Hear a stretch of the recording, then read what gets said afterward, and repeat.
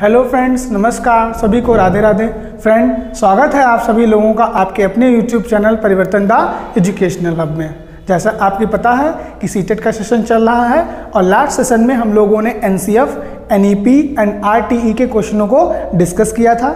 इस वीडियो में हम लोग आज देखने वाले हैं सीटेट का एक और महत्वपूर्ण पोर्शन, जिससे आपका एक नंबर आता ही आता है, जो कि आपके सीटेट 2021 के प्रीवियस क्वेश्चन में देखने को भी मिल जाएगा। टॉपिक का नाम है आपका लर्निंग डिसेबिलिटीज, या हिंदी में बोले तो अधिगम अक्षमता। आप पहले अधिगम को समझिए होता क्या है। अधिगम एक जो है वो आपके मनोविज्ञान की भाषा है, जिसको हम लोग अपनी भाषा में जानते हैं सीखना। यानी आपको जब सीखने में अक्षमता मतलब दिक्कत, यानी वो दिक्कतें जो आपके सीखने को प्रभावित करती हैं, इन्हीं दिक्कतों को हम लोग अपने मनोविज्ञान की भाषा में अधिगम अक्षमता के नाम से जानते हैं। ये अक्षमता जो आपकी हैं, दिक्कतें हैं, ये मनुष्य के अंदर किन्हीं शारीरिक या मानसिक कारण की वजह से आती हैं, जिससे जो बालक का संज्ञानात्मक विकास है या सामाजिक विकास है या भावात्मक विकास है, उसमें ये बाधा बनती हैं। तो आइए समझते हैं कि अधिगम अक्षमता है क्या और इसके कितने प्रकार होते हैं और इसे किन किन भागों में बांटा गया है। तो देखते हैं, पहली लाइन में लिखा है कि सीखने की क्षमता या योग्यता में कमी को ही क्या कहते हैं? अधिगम अक्षमता कहते हैं। जैसे मैंने आपको बताया कि कोई चीज़ आप सीखना चाह रहे हो, लेकिन आपका हो सकता है कोई शारीरिक आपका जो भंग है या मानसिक भंग है, वो आपको उस चीज़ को सीखने में मदद नहीं कर रहा है या उसे आपको पीछे कर रहा है। तो ऐसी ही अक्षमता को हम लोग क्या कहते हैं? अधिगम अक्षमता नाम देते हैं। ठीक, आगे आता क्या है? अधिगम अक्षमता में पहला पार्ट है वो है ADHD, मतलब attention deficit hyper active disorder. इसमें होता क्या है? इसमें बच्चा एक चीज पर ध्यान केंद्रित नहीं कर पाता है। यानी उसे आप कोई कॉन्सेप्ट समझा रहे हो क्लास में, तो वो उस कॉन्सेप्ट पे ध्यान ना लगाकर अन्य चीज़ों पे ध्यान लगाता है, जिससे वह उस कॉन्सेप्ट को समझ नहीं पाता है। तो ऐसे बच्चे को हम लोग क्या कहते हैं? अटेंशन डिफिक्ट, यानी वो अटेंशन नहीं दे पा रहा है, अपना ध्यान केंद्रित नहीं कर पा रहा है, उसमें ध्यान केंद्रित करने की कमी है। और जब ऐसा होता है तो होता क्या है? और बहुत हाइपर एक्टिव रहता है। मतलब आप देखते होंगे कि क्लास में कोई बच्चा ऐसा होता है जो बहुत ज़्यादा हाइपर एक्टिव होता है, यानी किसी दूसरे बच्चे की कॉपी छीन लेगा, किसी कलम छीन लेगा, किसी के ऊपर कागज़ फेंक के मार देगा, यानी हाइपर एक्टिव होगा, बहुत ज़्यादा ही क्लास में एक्टिव हो जाएगा। जब बहुत ज़्यादा कोई चीज़ एक्टिव हो जाती है तो उसे हम लोग हाइपर एक्टिव कहते हैं। जैसे आपका इंग्लिश में आप लोगों ने एक सुना होगा, होता है हाइपरबोली। हाइपरबोली में क्या होता है? अतिशयोक्ति, मतलब किसी चीज़ की बहुत ज़्यादा चीज़ हो जाती है तो उसके आगे हम लोग हाइपर का यूज कर देते हैं। यानी एक होता है एक्टिव, यानी बच्चे को क्लास में एक्टिव रखना है, लेकिन एक हो जाता है हाइपर एक्टिव कि वो बहुत ज्यादा एक्टिव हो गया। और जब वो बहुत ज्यादा एक्टिव हो जाता है तो उसका जो अटेंशन होता है, जो ध्यान होता है, वो अपनी जो उसकी मेन चीज होती है उससे हटकर कहीं और चला जाता है। तो इसको भी हम लोग एक अक्षमता के रूप में देखते हैं, क्योंकि ये जो हाइपर एक्टिव डिसऑर्डर है या अटेंशन है, ये बच्चों को सीखने में मदद नहीं करता है, अर्थात उनके अधिगम में बाधा पहुंचाता है।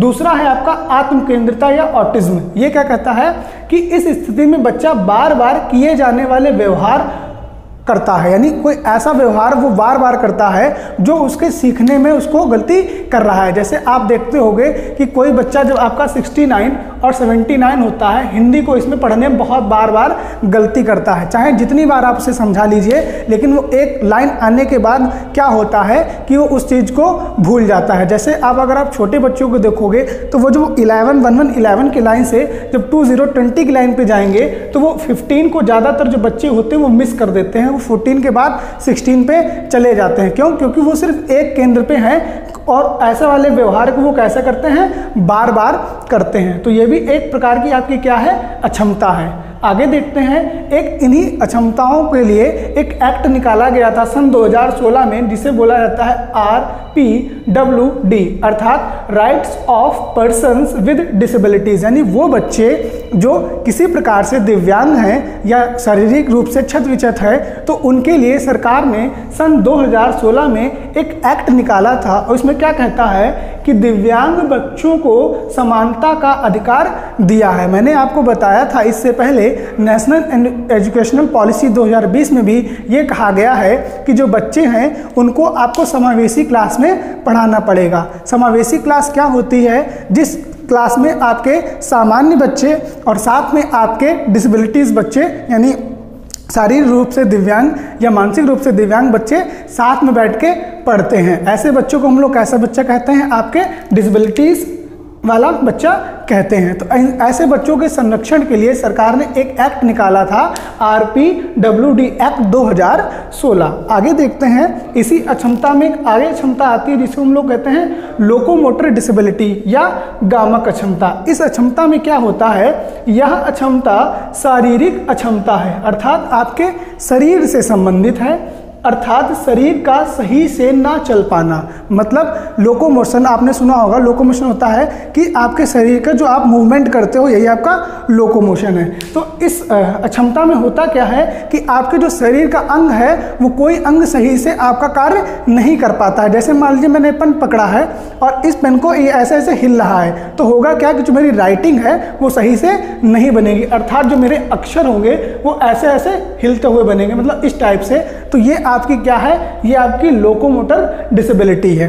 ठीक है, तो इसे भी हम लोग अपनी अधिगम अक्षमता में देखते हैं। जैसे लिखा है ना, किसी की वस्तु से हाथ को से ना पकड़ पाना, यानी जो कोई वस्तु है जब आप उसे सही से हाथ में नहीं पकड़ पाते हो तो इस डिसेबिलिटी को हम लोग अपनी लोकोमोटर डिसेबिलिटी बोलते हैं। क्वेश्चन इससे बनता है कि लोकोमोटर डिसेबिलिटी का संबंध किससे है? तो आपके शारीरिक अक्षमता से है, अर्थात जब आपका शरीर का संचालन सही ढंग से नहीं हो पाता है तो इस अक्षमता को या इस आपको डिसेबिलिटी को हम लोग लोकोमोटर डिसेबिलिटी कहते हैं। तो इस पोर्शन में आप ध्यान रखेंगे, आपके प्रश्न 2 पूछे जाते हैं इस पोर्शन में। पहला प्रश्न आपका क्या है कि लर्निंग डिसेबिलिटी किसे कहा जाता है? तो अधिगम में सीखने यानी सीखने में जो चीज़ें आपकी बाधा पहुंचाती हैं उनको हम लोग लर्निंग डिसेबिलिटी कहते हैं। फिर पूछा जाएगा आपका हाइपर एक्टिव अटेंशन क्या होता है? जब बालक किसी एक चीज़ पर ध्यान केंद्रित नहीं कर पाता है, अर्थात उसका ध्यान भटकता रहता है, तो इस चीज़ को हम लोग attention deficit hyper active disorder कहते हैं। चलिए आगे देखते हैं कि अक्षमता के कितने प्रकार होते हैं। तो यहाँ पे कुल आपके 7 प्रकार लिखे हैं, होते तो और भी हैं लेकिन हम लोग उन पे चर्चा करेंगे जो आपके एग्जाम की दृष्टि से बहुत ज़्यादा इंपॉर्टेंट है। इनमें से पहला है आपका डायलेक्सिया, फिर उसके बाद आता है डिसकैल्कुलिया, फिर आता है डिसग्राफिया, फिर आता है डिसमॉर्फिया, फिर आता है डिस्फेजिया, फिर आता है dyspraxia and last thing is डिसथैमिया।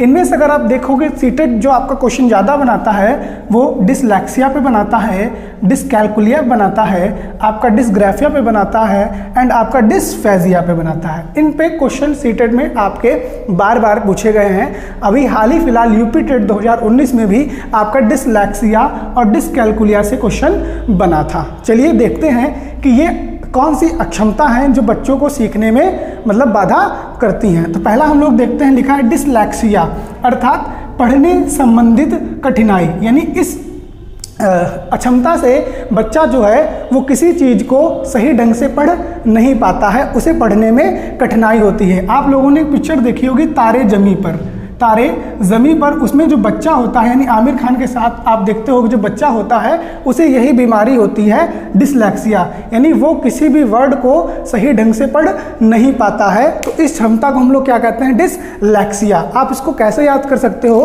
तो इसमें एक वर्ड आ रहा है लक्स, ठीक, और लक्स को यहाँ लिखा गया है लेक्स, यानी ये देखो पढ़ने में कठिनाई है ना, लेक्स को हम लोग क्या पढ़ रहे हैं? लक्स पढ़ रहे हैं। तो यही आपकी क्या है? पढ़ने में कठिनाई है, अर्थात पढ़ने में कठिनाई के लिए जिम्मेदार कौन सी क्षमता है? आपकी डिसलैक्सिया। आगे आता है आपका डिसकैल्कुलिया। अब इसमें देखिए वर्ड ही आ रहा है कैलकुलिया, कैलकुलिया का अर्थात कैलकुलेशन से, और कैलकुलेशन आपकी किसमें होती है? मैथ में। तो ये वाला जो आपकी अक्षमता है ये आपके गणना संबंधी अक्षमता है, अर्थात जब आप किसी 2 चीज़ों को जोड़ नहीं पाते हो, आपस में गणितीय संक्रियाएं नहीं कर पाते हो। अब गणितीय संक्रियाएं क्या है?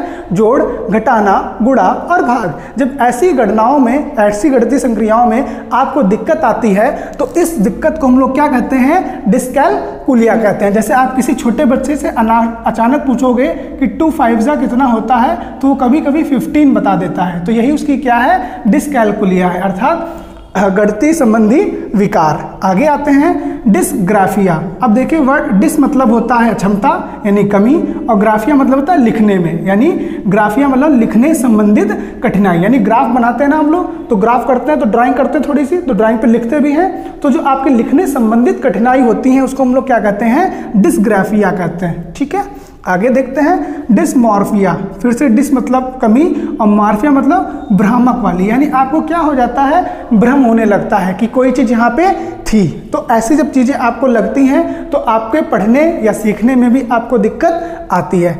आगे आता है आपका डिस्फेजिया। फेजिया मतलब होता है बोलना, फेजिया मतलब क्या हो गया आपका बोलना, और डिस मतलब क्या है आपकी कमी। जब आप किसी भी चीज़ को बोलने संबंधित कठिनाई यानी बोल नहीं पाते हो तो इस चीज़ को हम लोग क्या कहते हैं, डिस्फेजिया कहते हैं। आपने देखा होगा कि आपकी कक्षा में बहुत ऐसे विद्यार्थी होते होंगे जो लिखते तो बहुत अच्छा होते हैं किसी चीज़ को, लेकिन उस चीज़ को वो एक्सप्लेन नहीं कर पाते थे, अर्थात बता नहीं पाते थे। तो ये भी एक प्रकार की उनकी कमी है, ये भी एक प्रकार की उनकी क्या है, कमी है। वो कौन सी कमी है, उनकी बोलने संबंधित कठिनाई, अर्थात उन्हें बोलने में बहुत ही ज़्यादा दिक्कत आती है। तो इस दिक्कत को हम लोग क्या कहते हैं, डिस्फेजिया कहते हैं। फिर आगे आता है आपका डिस्प्रैक्सिया। डिस मतलब फिर से होता है कमी, और प्रैक्सिया मतलब होता है शरीर के संचालन में, यानी जब कोई चीज़ आप शरीर के संचालन में आपकी दिक्कत आती है तो इस चीज़ को हम लोग अपनी डिस्प्रैक्सिया के नाम से जानते हैं। जैसे हम लोगों ने देखा था अपने लोकोमोटर को,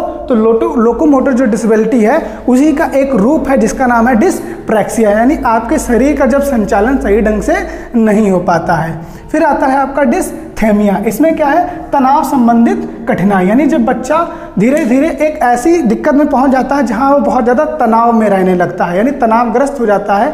तो जब आप मान लीजिए वो क्लास में बैठा है और किसी और चीज़ के बारे में सोच रहा है, उस सोचते उसके अंदर तनाव उत्पन्न हो गया है, तो ऐसी क्षमता को हम लोग क्या कहते हैं, डिसथेमिया कहते हैं। इसमें होता क्या है, जब बच्चा तनाव में होगा तो बच्चे का ध्यान कहीं और केंद्रित रहेगा, तो जो कॉन्सेप्ट क्लास में सिखाए जा रहे हैं उसे वो सीख नहीं पाएगा। तो ऐसी जो आपकी विकार होता है उस विकार को हम लोग डिसथेमिया कहते हैं। तो इन्हीं आपके अधिगम अक्षमता के विकारों से आपका बार बार सीटेट में क्वेश्चन पूछा जाता है, और इसी आपके सेशन पे बेस्ड प्रीवियस ईयर में जितने भी आपके क्वेश्चन आए हैं और जैसे भी क्वेश्चन आपके बन सकते हैं मैं आपको कराने की कोशिश करूंगा। ऐसा ही अपना प्यार हमारे साथ बनाए रखें, वीडियो को लाइक करें, शेयर करें एंड सब्सक्राइब करें।